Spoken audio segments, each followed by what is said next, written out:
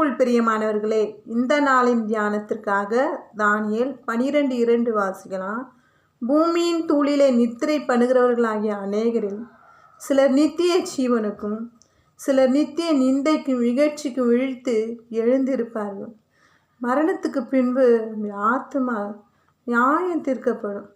ஒரே தரம் மரிப்பதும் பின்பு நியாய தீர்ப்படைவதும் மனுஷனுக்கு நியமிக்கப்பட்டிருக்கிறது. இந்த மனுஷ வாழ்வு ஒரே வாழ்வு. மனுஷனுடைய ஆயுசு நாட்கள் 70, பலத்தின் மிகுதியால் 80. ஆண்டவராகிய இயேசு கிறிஸ்துவை ஏற்றுக்கொண்டு ஞானஸ்நானம் பெற்று பரிசுத்த ஆவியின் அபிஷேகத்தை பெற்றுக்கொண்டு கர்த்தரை உண்மையும் உத்தமமாய் பின்பற்றி நடக்கிறவர்கள் கிருபையின் மேலே கிருபை பெற்று நித்திய ஜீவனுக்குள்ளாக பிரவேசிப்பார்கள். மனம் போன போக்கில் வாழ்ந்து பாவத்துக்குள்ளாக மறிக்கிற அந்த ஆத்துமா நியாயத்திற்படிந்து நித்திய அக்கினிக்குள்ளாக தள்ளப்படுவாங்க. யுகா காலமாக வேதனை உண்டாயிருக்கும்.